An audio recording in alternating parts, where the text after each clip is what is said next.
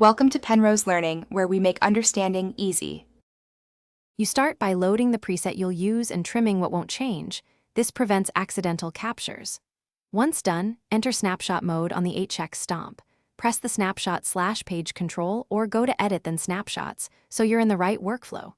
You should create snapshot 1 immediately, then tweak amp models, block mixes, or effect parameters that must differ. This first snapshot becomes your baseline, so make small changes and verify levels. That's how you avoid surprises later. Next, you set which parameters each snapshot controls. You do this in the Snapshot Edit screen. Enable or disable blocks and specific parameters so only intended things change.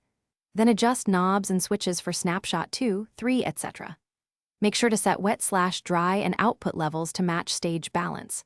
Once snapshots exist, configure fade and transition timing so changes sound natural, short fades cut, longer fades swell. This control prevents zippering and keeps your tone consistent between scenes.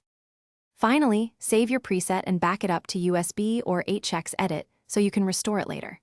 You then map snapshots to foot switches or MIDI program changes to recall them live.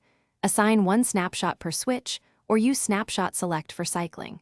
Make sure global snapshot settings and snapshot locks reflect your intended behavior before a show.